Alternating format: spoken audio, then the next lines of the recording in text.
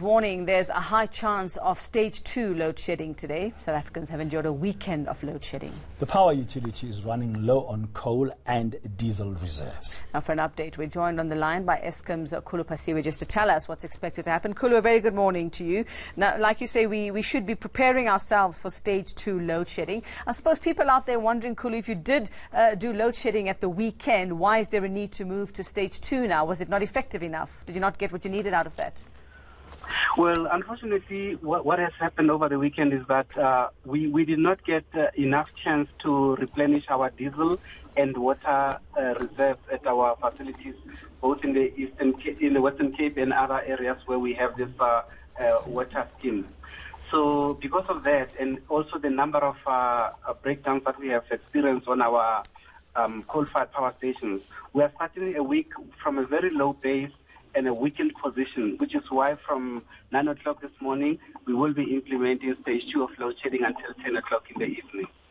All right, Khulu, can you give us some idea, I mean, the exact reasons as to why we're in such a dire situation, having to move to stage 2 today? I mean, first we hear it's about the coal, it was about the weather, it was about the rain. We haven't had much rain recently, so is that still the reason? Or as we're reading this morning on some of the front pages, some analysts saying that it's just poor planning. Well, the current episodes of load shedding are not directly linked to coal shortages. This one is purely in relation to the maintenance that we should have done on our power system, and we didn't do it. And the reason why Eskom had deferred or delayed the maintenance over the last 2 years or so was primarily because of the financial situation that the company is in. So as a result of that, some of these units which are now highly overdue in terms of maintenance, they are not breaking down, which is why yesterday, for example, we had something like 17,000 megawatts in total that was not available because of these breakdowns, and also some few that were on plant maintenance. This is not sustainable.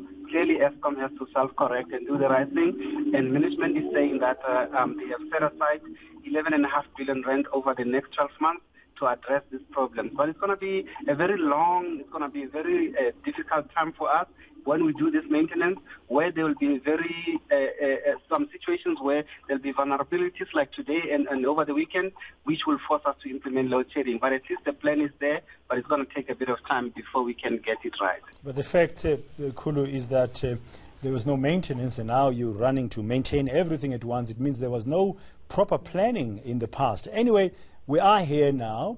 What is stage 2 load shedding? What does it comprise?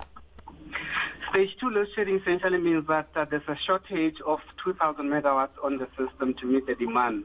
And what happens is that Eskom will issue an instruction to all municipalities across the nation for each one of them to do their bit in terms of reducing the load.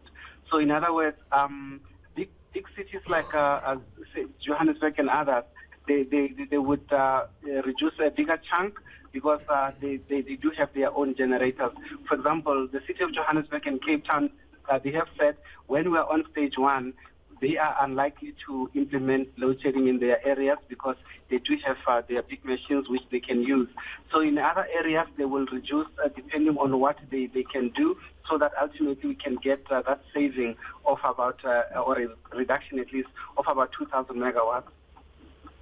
Okay, so stage 2 load shedding starting at 9 o'clock today. Starting at 9 o'clock today, I'm afraid, until 10 o'clock in the evening. And but then from our side, we would like to apologize to South Africa. South Africa shouldn't be going through these difficulties, especially during this time of the year when many people are planning to go on holidays and things like that. But also just generally, because we as a nation are trying to build our economy. Our economy is growing at a very slow pace, and one of the key ingredients of growth clearly is the constant supply of electricity. And if we are not helping the situation by having load shedding, clearly then this is not sustainable. Something has to be done, and hopefully this plan that has been put together by management, a 9-point plan to make sure that we sort of salvage the situation, is going to help us. But as I say, it's going to be a long road ahead. Well, Khulu, with those plans in place, what is your forecast for load shedding? Do you see this lasting the whole of December? Should we prepare ourselves for a Christmas without electricity? You know, if people are going to use candles, it should be by choice, not because people are forced to do these things.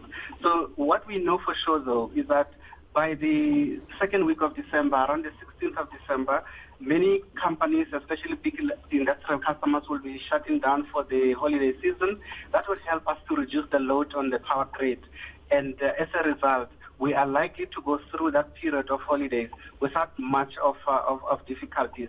But I have to qualify this by saying that because our power system generally is very vulnerable, there might be some instances where we might have to implement load shedding. But what we know, based on the trends over the last few years, generally during December, especially during those holiday period, the system becomes less constrained and therefore are likely to scrape through.